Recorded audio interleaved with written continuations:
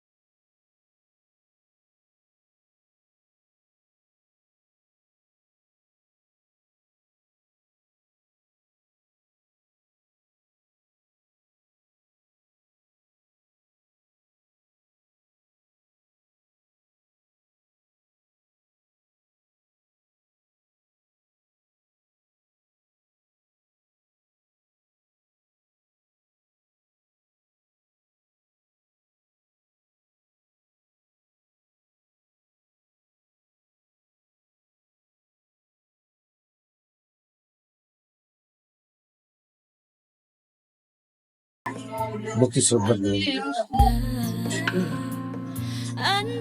প্রতিদিন কি পরিমাণে লোকজন আসে? প্রতিদিন আপনার 2,000 লোক হয়। আচ্ছা, কোনো দিন বেশি হয়। শুক্রবার আমার মনে হয় শুক্রবার শনিবার আর শনিবার 2 দিন অন্যান্য দিনের চাইতে লোক বেশি হয়। লোক বেশি। আচ্ছা, এইটাই তো ওনার মনে হয় মেন মেন ব্যবসা। মাজার শরীফ এইটা। আচ্ছা, أغثني بحق الله أنت জি, আমাদের সাধারণ মানুষের থেকে অনেক বেশি আমলদার এবং অনেক বেশি গরিব। আমার মুখের কথা পানির উপর থেকে পাথর বাসি আসছে। পানির উপর থেকে পাথর ভেসে আসে। যে সমস্ত পাথর করছে পানির উপর বাসায় আসছে। সেটা মাঝখানে পার থেকে দিয়েছি। এই এই সমস্ত পাথরগুলা চিটাগাং নাসিমাবাদ থেকে খানজাহান আলী রহমতুল্লাহ আলাহের ওনার কথায় পানি দিয়ে ভেসে আসছে। এটা ইতিহাসেও আছে, তো আমাদের খাদেম সাহেব বললেন। আচ্ছা, আমরা একটু চারিপাশটা একটু দেখাতে পারি প্লিজ?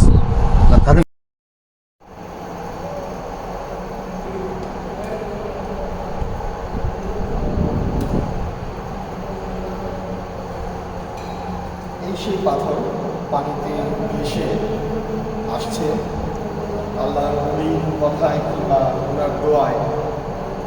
এখানে দুটা পাথর রাখা আছে, খুব দামি পাথর।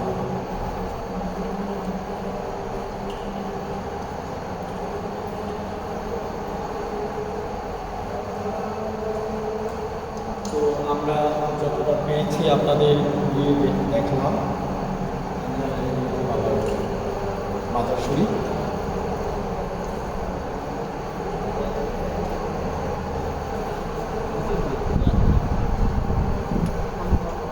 পশ্চিম দিকে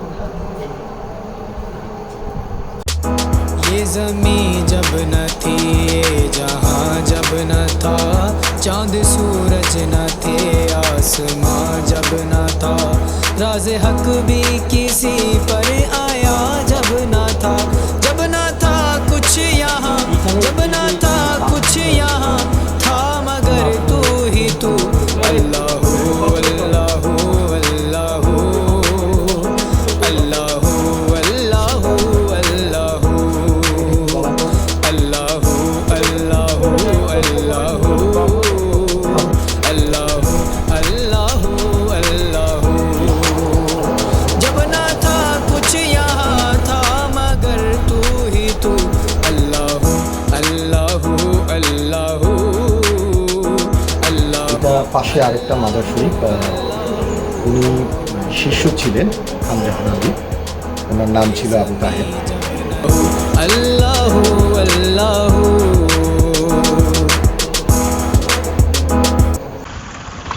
বন্ধুরা, খানজাহান আলী রহমতুল্লাহ আলাইহির দরগা শরীফ জিয়ারত শেষ করে এখন আমরা যাচ্ছি বাগেরহাট সাত গম্বুজ মসজিদের উদ্দেশ্যে। অবশ্য আমরা রাতে যেই হোটেলে রাত্রি যাপন করেছি, তো সেখান থেকে দরগা শরীফে যাওয়ার সময় আমরা আসলে সাত গম্বুজ মসজিদের সামনে দিয়েই ক্রস করে যাই। যদিও আগে সাত গম্বুজ মসজিদ পড়ে, তারপরও আসলে মাথায় এরকম একটা চিন্তা আসে আগে ওনার দরগা শরীফ জিয়ারত করে তারপর সাত গম্বুজ মসজিদের উদ্দেশ্যে আর কি যাব। যাই হোক, এখন আমরা যাচ্ছি। আরেকটা কথা আসলে না বললেই নয়, এই পুরা ট্যুরের মধ্যে অ্যাক্টিভিটিসের ভিতর অনেক কিছুই ছিল। আসলে নতুন ব্লগ করতেছি যদিও, তারপরও আসলে সব অ্যাক্টিভিটিস করতে গিয়ে দেখা যায় আসলে সব ভিডিও ফুটেজ কিংবা সব কিছু বলা, সব কিছু তুলে ধরা অনেকটা সম্ভব হয় না। তারপরও চেষ্টা করে যাচ্ছি আপনাদের দেখানোর জন্য। পাশাপাশি নিজে আসলে বিভিন্ন জায়গায় ঘুরে বেড়ানোর আমার শখ আছে।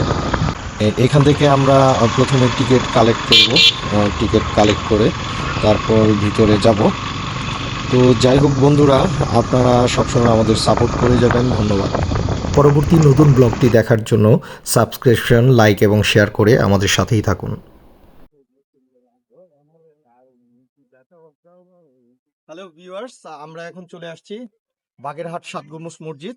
এটা এন্ট্রিস, আমরা ভিতরে আপনাদের দেখাচ্ছি, আসেন সঙ্গেই থাকেন।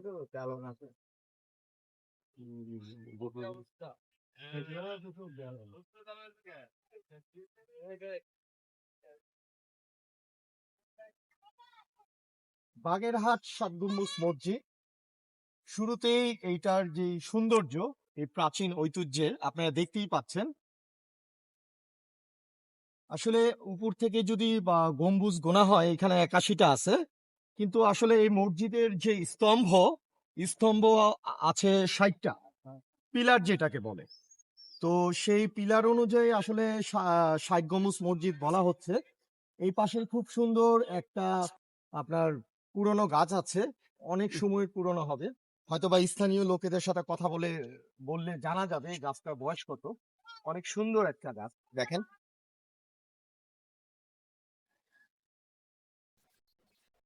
আমরা এখন মসজিদের ভিতরে প্রবেশ করতেছি।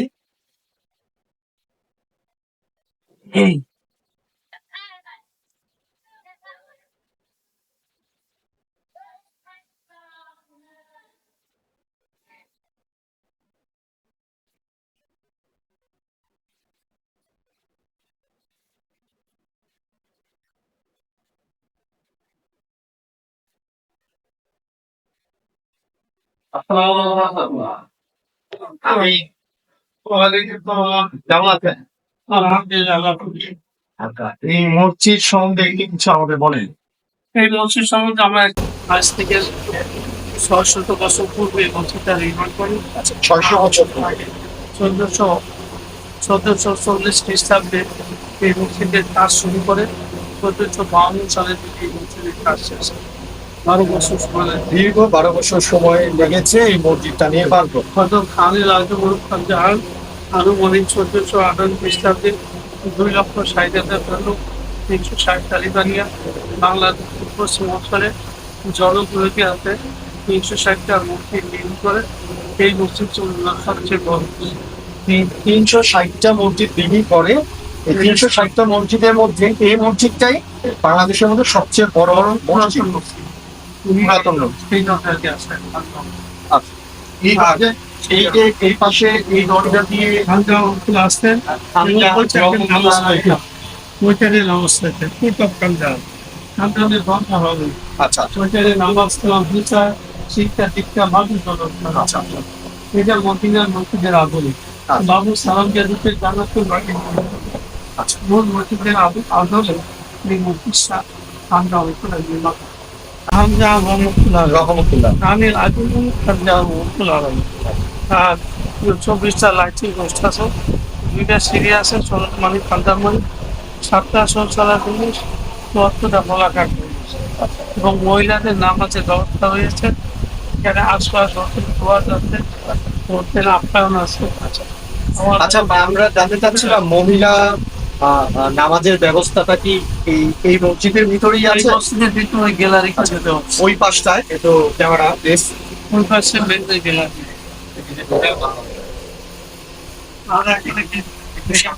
আর এখানে পাঁচক্ত নামাজ, জুমার নামাজ, দোয়া মাহফিল প্রতি শক্তিবার জুমাবাদ দোয়া মাহফিলবার রবিবার করার প্রতি সোমবার এবং 25 সরকার 70 পূর্ণিমার আগের দিন পরের দিন বার্ষিক 2টা মাহফিল। 2টা মাহফিল হয় বার্ষিক।